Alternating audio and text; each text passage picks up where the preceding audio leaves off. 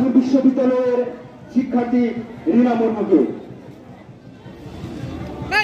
কিন্তু দুঃখের বিষয় সে সময় কিন্তু থাকতে পারেনি, মুক্তিযুদ্ধ হওয়ার পর তাকে ভারতে বিতাড়িত। কিন্তু আমরা দেখতেছি যে আসলে 1993 সালে যে জাতিসংঘে মিখাইল মার্ডিকে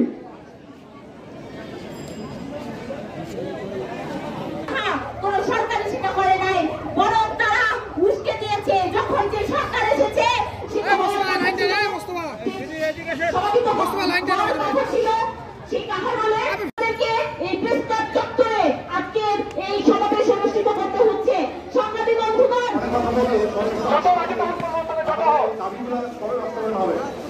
আমরা সবাই চাই তারপরে আমাদের যে স্বাধীনতা যুদ্ধ হয় সেই যুদ্ধে আপনারা রংপুর ক্যান্টনমেন্ট যেখানে ভূমি রক্ষার জন্য যে গঠনটা করা হয়েছিল, সেই ইশতেহার দিয়েছিল, সেই প্রতিজ্ঞাপত্র